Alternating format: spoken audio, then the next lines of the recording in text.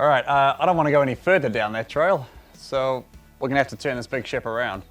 And this is something that a lot of adventure riders struggle with at the events that we go to, and it's something a lot of people have asked us to help out with. All right, so the first thing you need to do is scan up the trail, have a bit of a look, and make sure that you're in the easiest place to pull off the turnaround. I think I am. I've got a bit of room to work with here. There's a bit of a gap in the rocks, so I don't think going any further trying to find a better situation is for me. We're just going to do it here. All right, I want to turn the bike around here, but without any pushing or lifting, with the minimum amount of effort. It's too damn hot for pushing and lifting today. So in this situation, I'm going to use the bank here, the hillside, to help me turn the bike around. So thankfully I've stopped nice and close to the fence, which has opened up my turn, giving me as much room as possible. So I'm now going to turn and nose the front wheel up into the hillside to allow me to roll the bike back and sort of do a multi-point turn. So instead of trying to do it on the flat and pulling the bike back, I'm going to use the gravity in the hill to help me roll the bike back with the minimum amount of effort. It's going to take a fair bit of clutch control, it's going to take a bit of throttle control, a bit of balance. So it's really important in this situation that you have 1 foot on the ground and 1 foot on the foot peg. You're not taking both feet off and flapping around the place. So you're choosing which foot you're going to have on the ground, which foot you're going to have on the foot peg, and you're committing to that. That keeps you from rocking down and potentially sort of falling onto that downhill side of the bike, which we really don't want to happen. So in this situation, I'm going to start off with my left foot on the foot peg and my right foot on the ground. Then as I start to bring the bike around, that's going to have to change over. I'm going to have to swap my feet over. That stops me from having my downhill foot on the ground.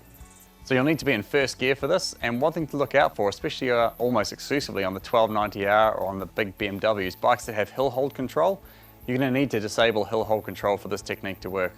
So my goal here is I'm going to run the front wheel up into the bank, install the engine. That's going to stop me sliding back down, keep me in control. I'm not trying to go anything spectacular, just stalling that engine to keep myself safe.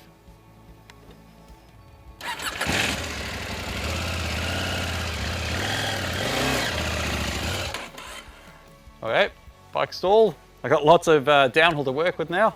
So I turn the wheel in the direction that I want the bike to go, leaving the front brake alone, so the front wheel will follow the ground rather than just locking and sliding. And little easy releases of the clutch, little gentle releases of the clutch to start rolling backwards. When I want to stop, clutch comes back in again. So just little dabs of the clutch, go on, turn.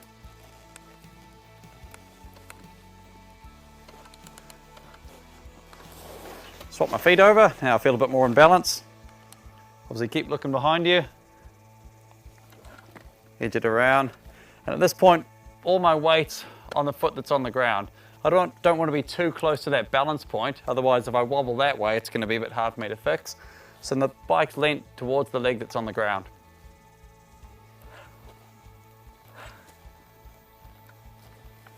Ooh, that's probably as far back as I can go. But I'm good to go from here. Clutch in, fire it up right away.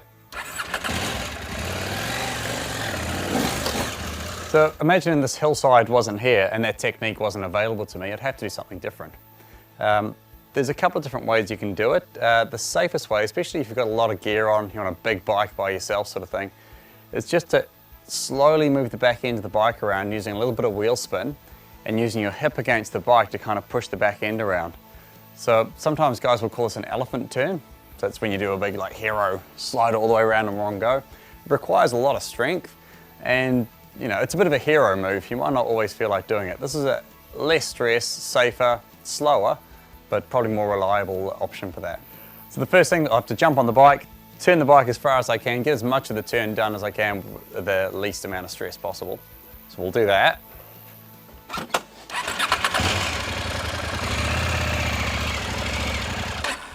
Okay, that's about as far around as it's going to go. So now I'm going to have to jump off the bike. And I'm going to lean my hip against the back of the bike with the bike hard on the steering lock and the front brake on. I'm going to lean the bike as far over as I can to put maximum pressure on my hip, and I'm using that push on my hip to move the back end of the bike around and to complete the turn. Obviously to do this you're going to have to be wheel spinning, so your traction control is going to need to be off or in off-road mode.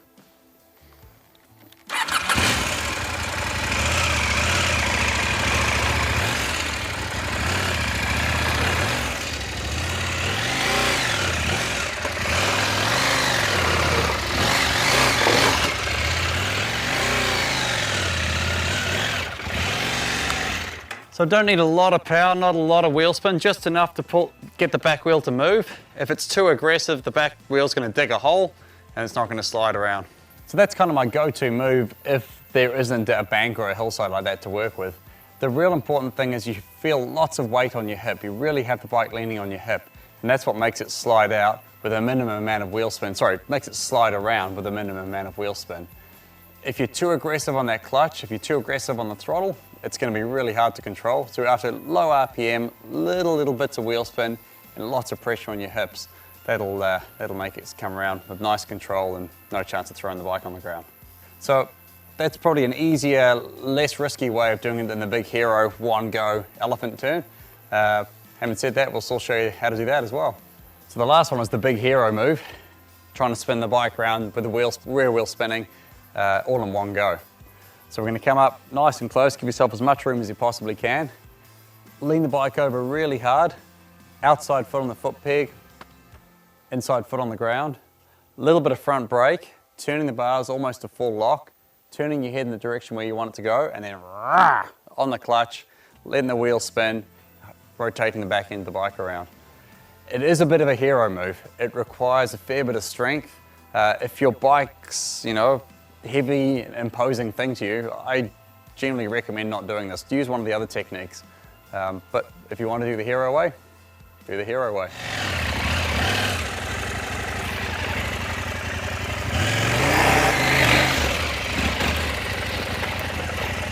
So that last one, you can see I had to really lean the bike over. That's what makes it spin and makes it turn without sort of driving off and launching off the side of the trail. So you've got to be big enough, strong enough, tall enough to be able to lean your bike over that far with confidence. So yeah, that's what we call a bit of a hero move. You look like a hero if you do it right, and you look like an absolute muppet if you do it wrong. I reckon there is an easier way out of this valley though, and that's just up this little track here, so we might give that a go.